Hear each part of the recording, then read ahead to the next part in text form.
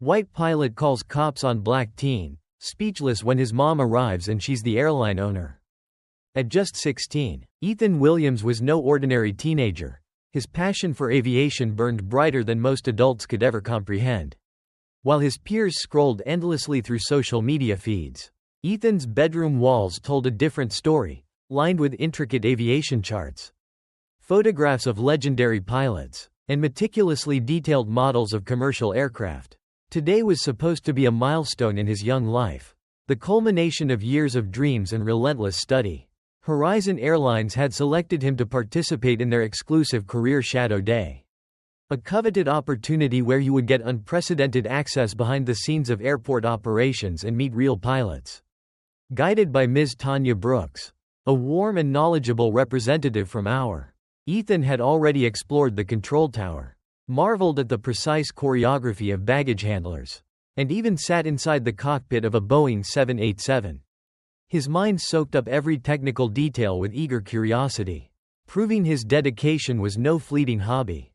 When Tanya was called away unexpectedly to address an urgent matter, she left Ethan in the sanctity of the pilot's lounge, a quiet refuge where only authorized personnel were permitted, telling him to wait and enjoy a documentary on the evolution of commercial aviation. Immersed in the film's vivid depictions of engineering marvels and the awe-inspiring power of jet engines, Ethan felt a surge of inspiration, unaware that the next moments would challenge not only his dreams but the very essence of belonging itself. Captain Rebecca Miller strode into the pilot's lounge with the confidence and authority that only 2 decades of experience could forge. Her crisp uniform and steely gaze commanded immediate attention. But what she saw in Ethan Williams, a 16-year-old black teenager sitting quietly in the corner, eyes glued to the television, ignited a spark of suspicion that clouded her judgment instantly. Without hesitation, she marched across the room, her footsteps echoing in the near-empty space. And with a sharp, no-nonsense voice that brooked no argument, she demanded to know how he had gained access to this exclusive sanctuary reserved strictly for authorized personnel. Ethan's heart pounded wildly, and though he tried to steady his trembling voice to explain that Ms. Tanya Brooks had left him there with permission, Captain Miller was already dismissing his words, her eyes narrowing with disbelief. The tension thickened palpably as she reached for the remote control and abruptly cut the television off mid-documentary, silencing the awe-inspiring narration about jet engines that had captivated Ethan moments before.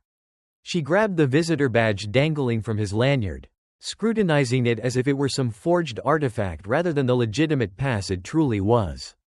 Each word she spat was laced with accusation and disdain, implying that he was an intruder, a threat disguised in innocence, someone who had no rightful place within these walls.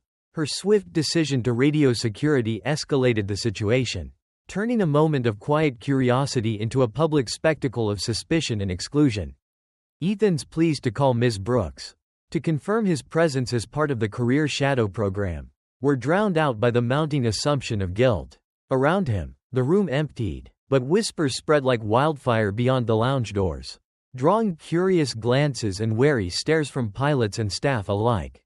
In that charged atmosphere, Ethan felt the crushing weight of prejudice, the suffocating grip of injustice manifesting in every cold glance, every hushed conversation that painted him as the problem rather than the dreamer. The very place he had been invited to explore, to learn, suddenly transformed into a cage of judgment, testing not only his resolve but the core belief that the sky truly belonged to everyone. Panic surged through Ethan's chest like a tidal wave as the reality of the situation settled over him with unbearable weight. His voice quivered as he desperately tried to explain himself, to make them see the truth beyond the veneer of suspicion and bias. "I'm part of the Career Shadow program," he pleaded. "Ms. Brooks said I could wait here." But his words seemed to vanish into the thick, oppressive air of the pilot's lounge, drowned out by the harsh commands and accusatory tones of Captain Miller. The security officers arrived swiftly, their sharp uniforms and stern expressions adding to the mounting pressure pressing down on the young teenager. They pulled him aside, their questions rapid and unyielding, each inquiry feeling like a probe into his very soul. "Who gave you that badge? What were you doing here? Are you working with someone else?" Ethan's chest tightened, his breaths shallow and rapid, his hands trembling as memories of cautionary tales his parents had shared flickered in his mind, stories of young black men misunderstood, unfairly targeted, and punished for no reason but the color of their skin. The lounge, once a place of comfort and curiosity, now felt like a battleground where Ethan was fighting an invisible war against prejudice and assumption. Around him, the murmurs of the onlookers wove a tapestry of judgment and disbelief.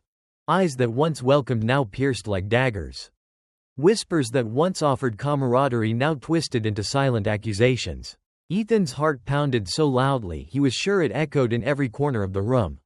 Sweat beading on his forehead as his young mind wrestled with fear and confusion. He barely dared to hope for rescue as he fumbled to call his mother. His voice barely above a whisper.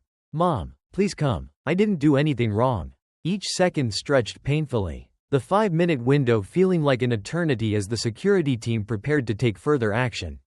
The weight of systemic injustice, the raw sting of discrimination, and the crushing solitude of being misunderstood by those who held power closed in around him, threatening to shatter not just his day, but the fragile scaffolding of his dreams. Then, as if the very air shifted and the tension in the room thickened into something almost electric, Maya Williams entered the scene with a presence that could not be ignored. The crowd instinctively parted, a wave of respect and awe rippling through the terminal as she moved forward, regal and composed in a charcoal gray tailored suit that seemed to command the space itself. Every step she took echoed with the authority of a woman who had fought her way to the pinnacle of an industry not known for welcoming women, let alone black women. With open arms, the CEO pin gleamed on her lapel, a silent testament to her decades of relentless dedication. Soaring from flight attendant to the helm of Horizon Airlines, her eyes, sharp and unwavering, scanned the scene until they landed on Ethan, whose tear-streaked face lifted with a mixture of relief and disbelief upon seeing her. Without hesitation, Maya crossed the distance between them and wrapped him in a fierce, protective embrace, the kind that only a mother can give when her child is vulnerable. Frightened, and wrongly accused, her voice softened as she whispered reassurance into his ear, a balm to his frayed nerves amidst the storm of accusations. Then, turning with calculated precision, she faced Captain Miller, the woman whose assumptions had ignited this entire ordeal. The warmth in Maya's demeanor dissolved, replaced by a cold, steely resolve that radiated undeniable authority. Her words cut through the charged silence like a sharpened blade. "That's my son you're accusing." The room fell into stunned silence. Breaths collectively held as Captain Miller's bravado crumbled visibly, her face drained of color. Her posture slackened, as the weight of Maya's presence rendered her powerless. Whispers cascaded among the onlookers, their murmurs swelling into a tidal wave of realization and astonishment. Maya's voice remained calm but unforgiving as she laid bare the truth, dismantling Miller's unfounded allegations piece by piece. Evidence from security footage, confirmations from our, and a clear record of Ethan's participation in the program all stacked against the accusations like a fortress of undeniable fact.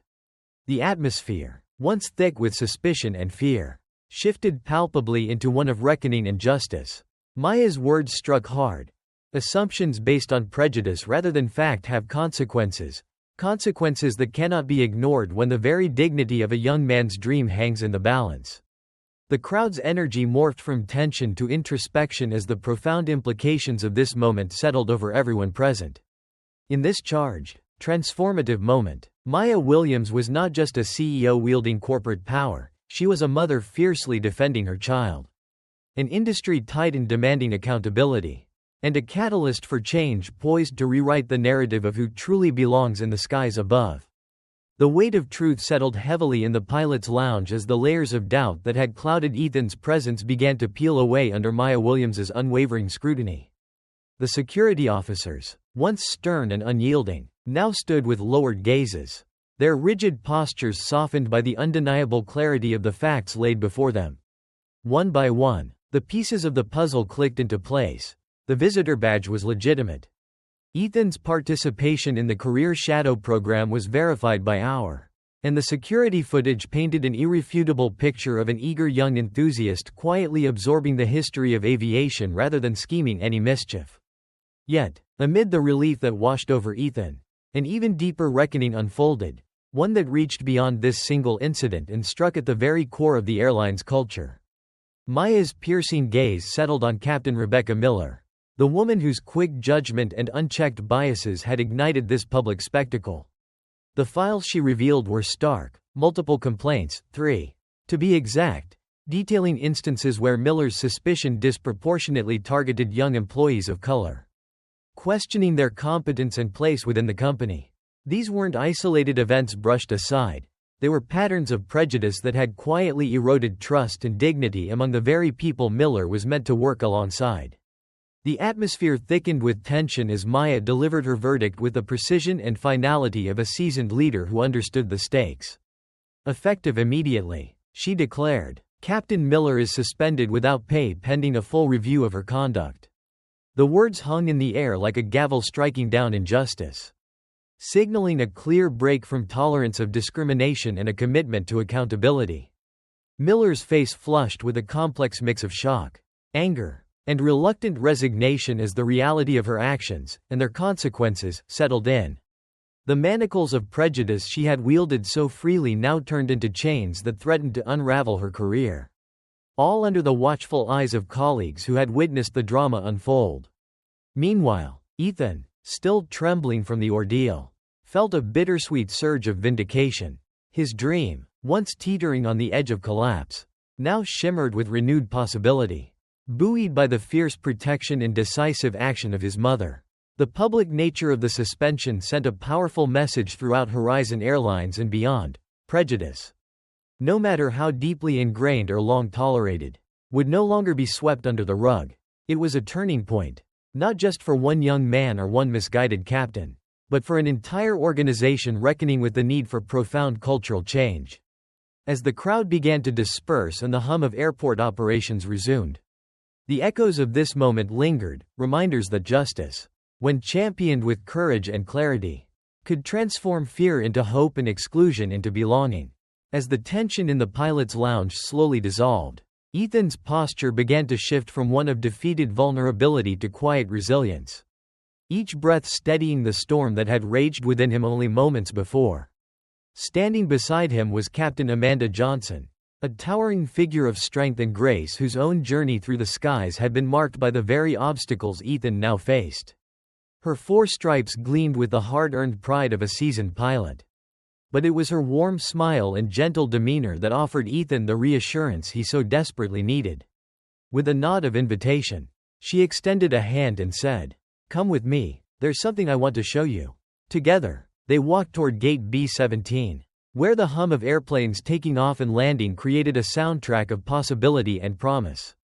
Inside the cockpit of a Boeing 787, surrounded by a complex symphony of controls and displays, Ethan's eyes lit up once again, not with fear, but with awe and determination.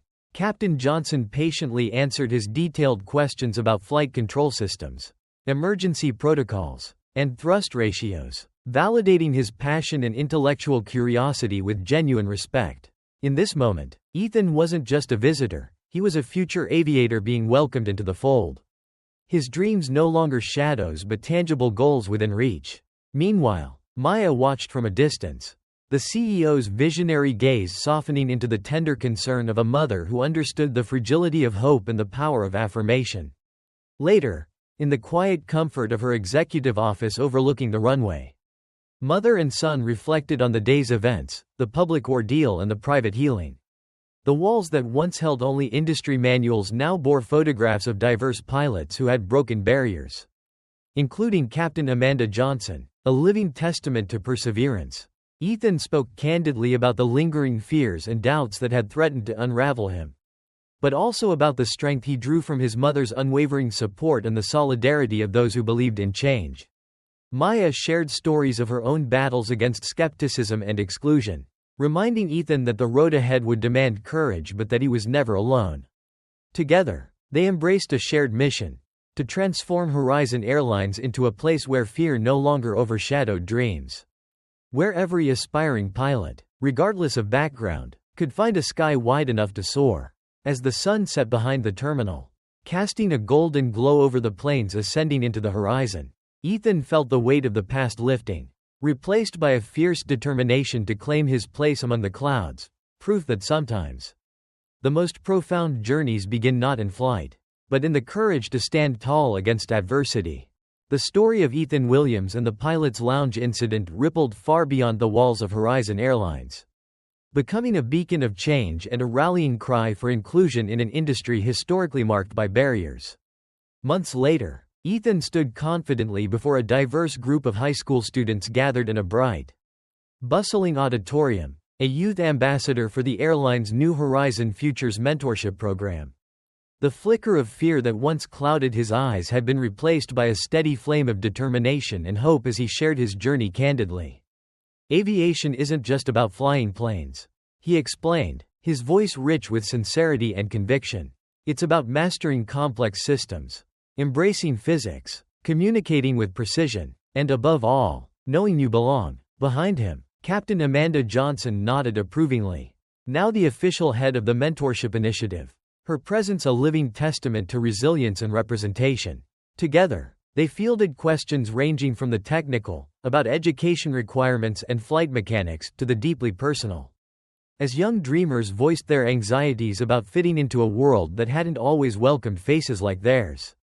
Ethan answered with unvarnished honesty, refusing to sugarcoat the challenges but unwavering in his encouragement. He spoke of the sting of discrimination, the weight of doubt cast by others, but also of the power of perseverance and community. Don't let anyone tell you the sky isn't for you, he said firmly, locking eyes with each student, because the sky has room for all of us. Meanwhile, in her office overlooking the sprawling runway bathed in twilight, Maya Williams reflected on the transformation sparked by that fateful day. The framed poster of Captain Amanda Johnson surrounded by eager young faces adorned the wall, emblazoned with the program's rallying cry, "Fear should never be the price of following your dreams."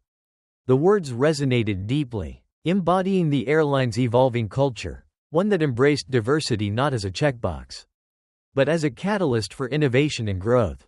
Maya's voice, when she spoke of the initiative, carried the weight of lived experience and unwavering commitment. She recounted her own trials, the barriers she shattered, and the fierce resolve that had propelled her from trainee to CEO. Her mission was clear: to build an industry where talent, passion, and dedication triumphed over prejudice and fear. The legacy of Ethan's ordeal became a touchstone, inspiring policies, mentorships, and a corporate culture that celebrated every aspiring aviator's unique journey. In this new horizon, young dreamers saw themselves not as outsiders, but as vital threads woven into the fabric of aviation's future. The story was far from over, but the chapter closed with a promise that the sky would forever remain vast and boundless. A realm where courage and dreams soared free, unshackled by the chains of bias or exclusion.